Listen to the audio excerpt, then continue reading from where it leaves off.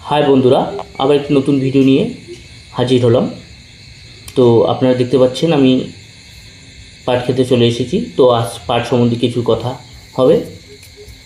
আমরা জানি পাটের বিজ্ঞানসম্মত নাম কর্কোরাস। পাট মূলত দুই প্রকার হয়ে থাকে, এক সাদা পাট বা তিতা পাট, দুই তোষা পাট বা মিঠা পাট। পাট ভারতের অর্থকরী ফসলের মধ্যে একটি। এছাড়া পাট আমাদের প্রতিবেশী দেশ বাংলাদেশেও একটি অর্থকরী ফসল বলে বিবেচিত হয়। পাট শব্দটি এসেছে মূলত সংস্কৃত শব্দ পট্ট থেকে। পাট চাষে আমরা যদি সময়কাল দেখি, বাংলা মাস হিসাবে চৈত্র বৈশাখ মাস থেকে আষাঢ় শ্রাবণে সেই ফসল তুলে নেওয়া হয়।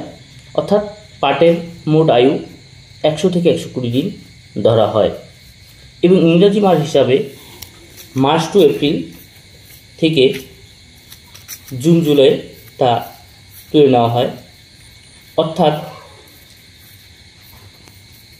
এটি মূলত বর্ষাকালী ফসল বলে বিবেচিত হচ্ছে। 2020 সালের হিসাব অনুযায়ী ভারতে পাট উৎপাদন হয়েছে 18,07,264 মেট্রিক টন এবং বাংলাদেশে 8,04,500 মেট্রিক টন পাট উৎপাদিত হয়েছে, যা বিশ্বের মোট উৎপাদনের 99% এই দুটি দেশ থেকে উৎপন্ন হয়ে থাকে।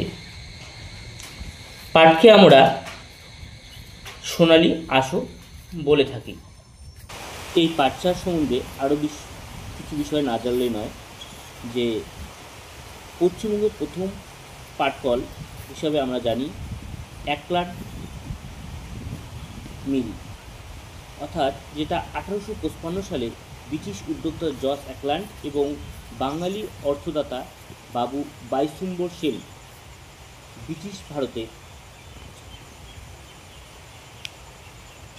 বেঙ্গল প্রেসিডেন্সি হিসেবে এই মিলটি প্রতিষ্ঠিত করেছিলেন।